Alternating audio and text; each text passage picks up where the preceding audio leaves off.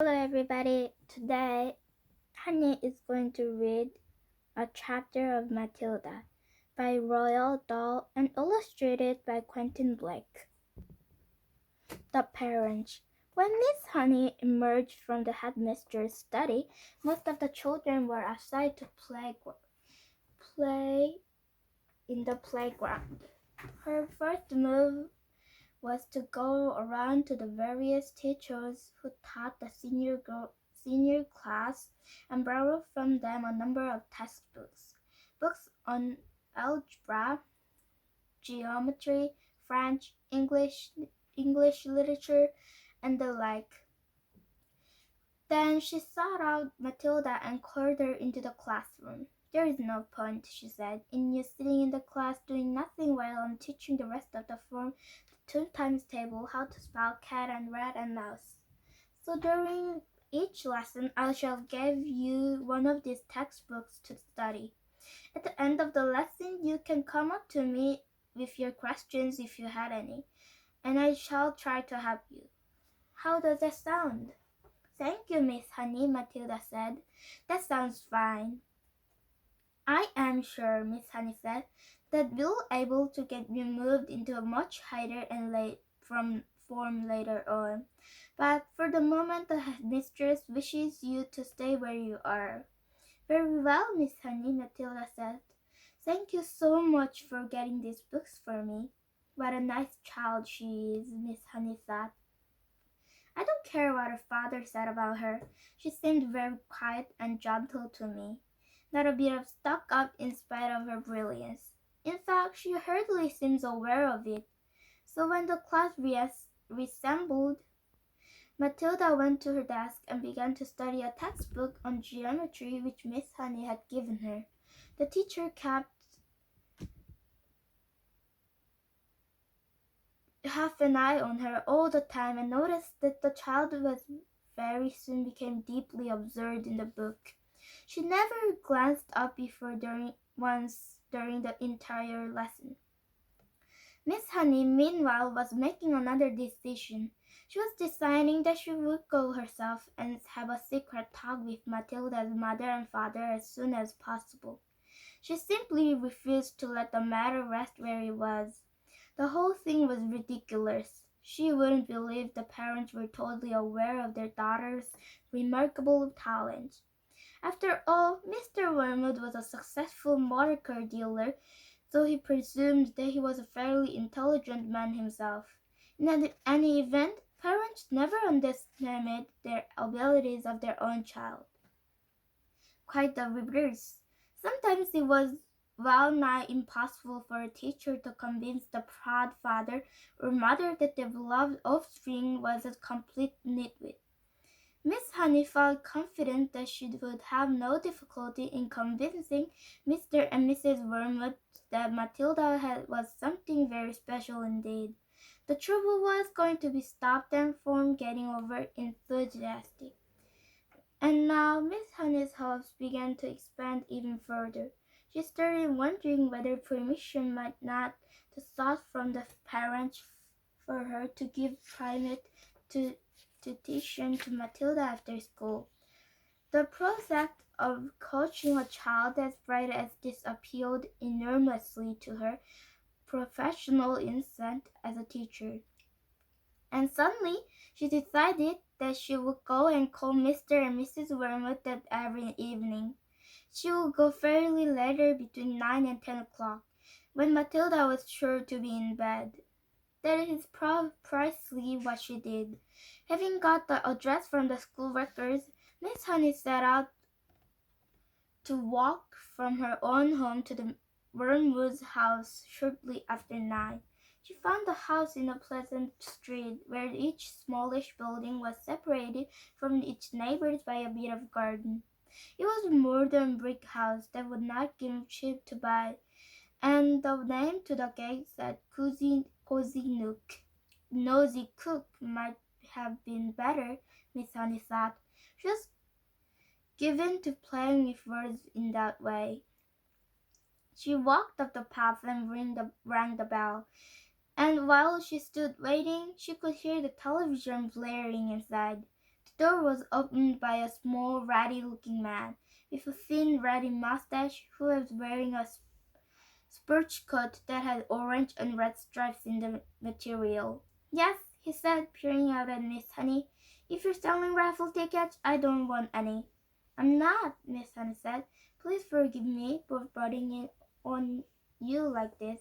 I'm Matilda's teacher at school, and I am important to have a word with you and your wife. Got into trouble already, has she? Mr. Wormwood said, blocking the doorway.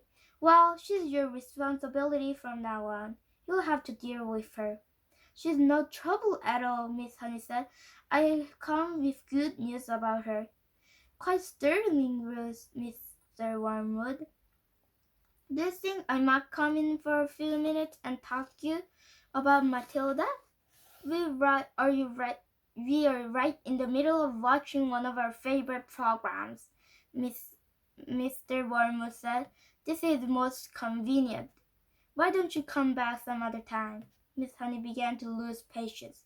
Mr. Wormwood, she said, if you think this rotten TV program is more important than your daughter's future, then you ought to be not to be a parent.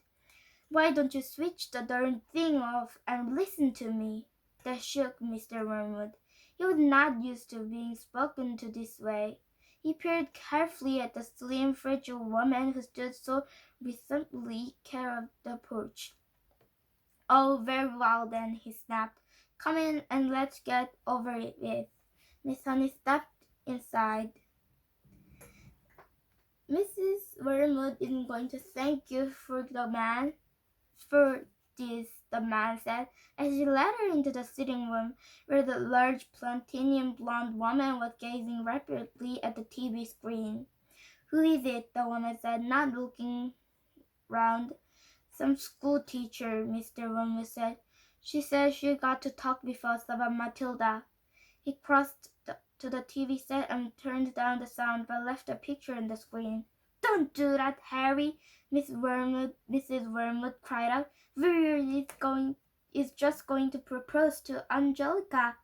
You can still watch it while talking, Mr. Wormwood said. This is Matilda's teacher. She said she got some sort of news to give us. My name is Jennifer Honey, Miss Honey said. How do you do, Mrs. Wormwood? Mrs. Wormwood glared at her and said, What's the trouble then? Nobody invited Miss Honey to sit down, so she chose a chair and sat down anyway. This, she said, was your daughter's first day at school. We know that, Mrs. Wormwood said, writing about missing a program. Is it all you came to tell us? Miss Honey stared her into the weather woman's wet gray eyes, and she allowed the silence to hang in the air until Mrs. Wormwood became uncomfortable. Do you wish me to explain why I came? She said.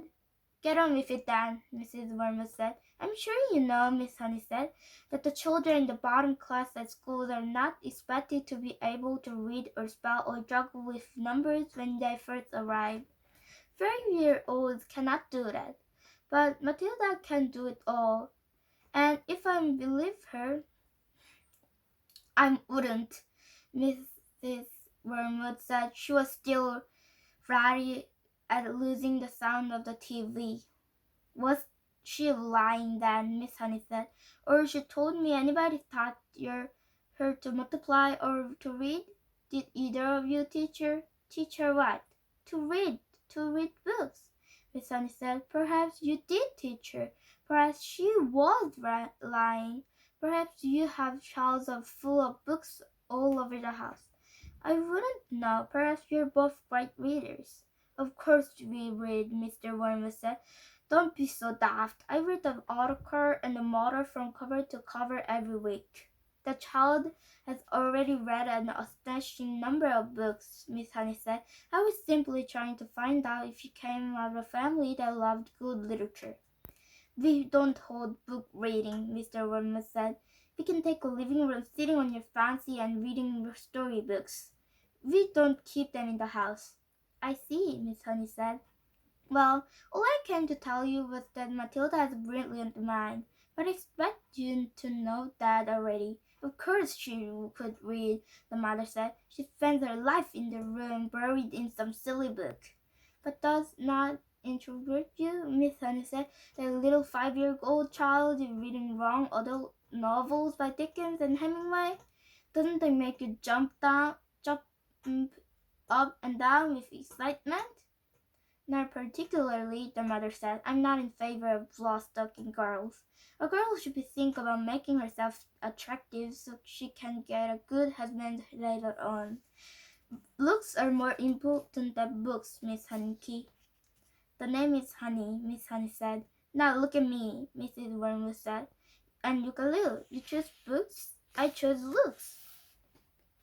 Miss Honey looked at the plain plump person with the smug but pudding face who was sitting across the room. What did you say? She asked. I said you chose books, and I chose looks, Mrs. Wormwood said, and who's finished up better off? Me, of course. I'm sitting pretty in the nice house with a successful businessman, and you're left slaving away teaching a lot of nasty little children the ABCs. Quite right, Sugar Plum, Mr. Wormwood said, casting a look of such simpering sloppiness at his wife it would make a cat sick. Miss Honey decided that if we were going to get anywhere with these people, she must lose her temper. I haven't told you, I haven't told you all of it yet, she said. Matilda, as far as I can gather at this early stage, is also a kind of mathematical genius. She can multiply complicated figures in her head like lightning. What's the point of that when you can buy a calculator? Mr. Wormwood said. A girl doesn't get a man by being brainy, Mrs. Wormwood said. Look at the filmster, for instance, she added, pointing at the silent TV screen. There was a booth female was being embraced by a craggy actor in the moonlight. You don't think she's got him to that by multiplying figures at him, do you? Not likely. And now he's going to marry her. You see if he doesn't. And she's going to live in a mansion with a butler and lots of maids. Miss Honey could hardly believe that she was hearing. She heard the parents like this exist all the place, and the children turned out to be delicate and dropouts. But it was still a shock to meet the pair of them in the flesh. Matilda's trouble, she said, trying once again, is that is so far ahead of everyone else around her that it might be worth thinking about extra kind of private tuition. I thoroughly believe that she could be brought up to university, understand, in 2 or 3 years with proper coaching. University? Mr. Wormwood shouted, bouncing up in the air. Who wants to go to university, for heaven's sake? All they learned is bad habits. That is not true, Miss Honey said. If you had a heart attack this minute and had to call a doctor, the doctor would be a university graduate. If you got sick for selling someone a rotten second-hand car, you'd have to get a lawyer and he'd be a university graduate too. Do not despise clever people, Mr. Wormwood, but I can see we're not going to agree. I'm sorry I burst in you on like this. Miss Honey rose from her chair and walked out of the room. Mr. Wormwood followed her with the front door and said, Good of you, came Miss House, or is Miss Harris? It's neither, Miss Honey said, but let it go, and away she went.